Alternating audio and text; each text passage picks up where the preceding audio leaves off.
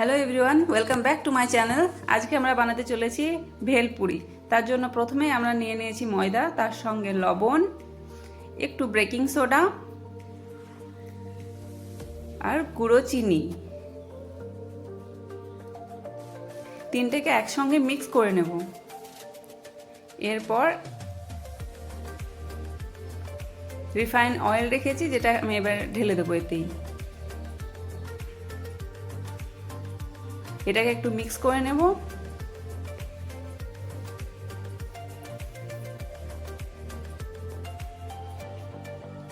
এরপরে আমরা এতে টক দই দিয়ে দেব। টক দই, মিষ্টি দই, আপনারা যেটাই চান সেটাই দিতে পারেন। এবার এটাকে একসঙ্গে মিক্স করে নেব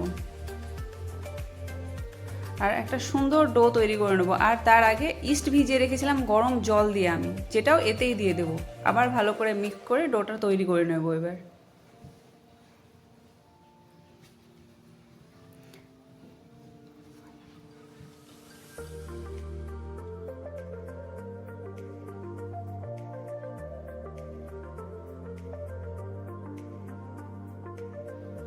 ডোটা আমার তৈরি হয়ে গেছে। 10 মিনিটের জন্য এটাকে রেস্টে রেখে দেবো। আমার 10 মিনিট রেস্টে রাখা হয়ে গেছে। এবার এটাকে তুলে দেখে নেবো এটা ঠিকঠাকভাবে ফ্লাফি হয়েছে কিনা। দেখুন কত সুন্দরভাবে ফ্লাফি হয়েছে। এটা একদম রেডি এবার ভেলপুরি বানানোর জন্য। দেখুন একদম রেডি। এবার আমি বেলে নেব।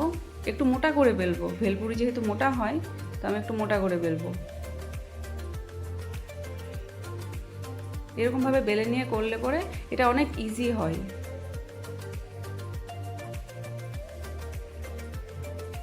তারপর আপনার কাছে যেটা অ্যাভেলেবেল, গ্লাস, টিফিন বক্স, যেটা অ্যাভেলেবেল ওটা দিয়ে কেটে নিতে পারেন। আমার কাছে টিফিন ছিল তো আমি টিফিন দিয়েই কেটে নেব।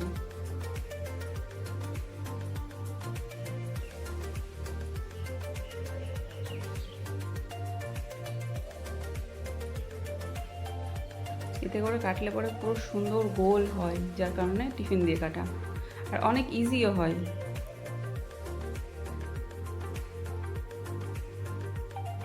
পুরোটা কেটে নেব এবার।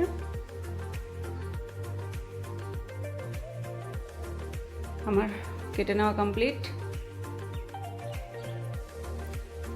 ভেলপুরির মিডিলে যে ফুটোটা থাকে এবার সেটা করে নেব। এর জন্যও আমি জোগাড় লাগিয়েছি।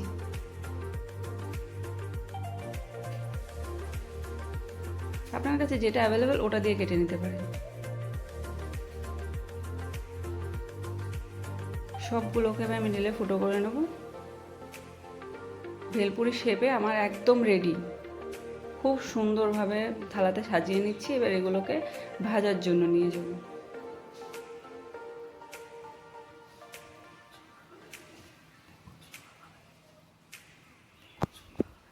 দেখুন সুন্দরভাবে হয়ে গেছে। এবার আমরা এগুলোকে ভেজে নেব।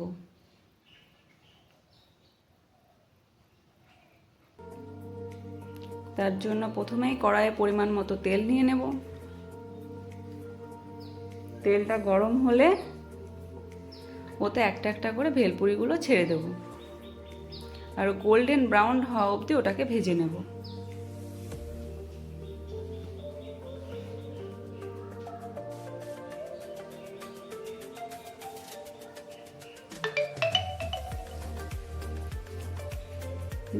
দেখুন কত সুন্দর আমার গোল্ডেন ব্রাউন হয়ে গেছে। এগুলোকে এবার আমি উঠিয়ে নেব।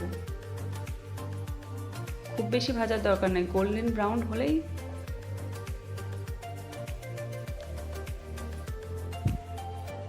আমি বাটার পেপারের ওপর নামিয়ে নিলাম যাতে এক্সট্রা অয়েলগুলো নেমে যায়। নেক্সট যেগুলো আছে ওগুলোও ভেজে তুলে নেব।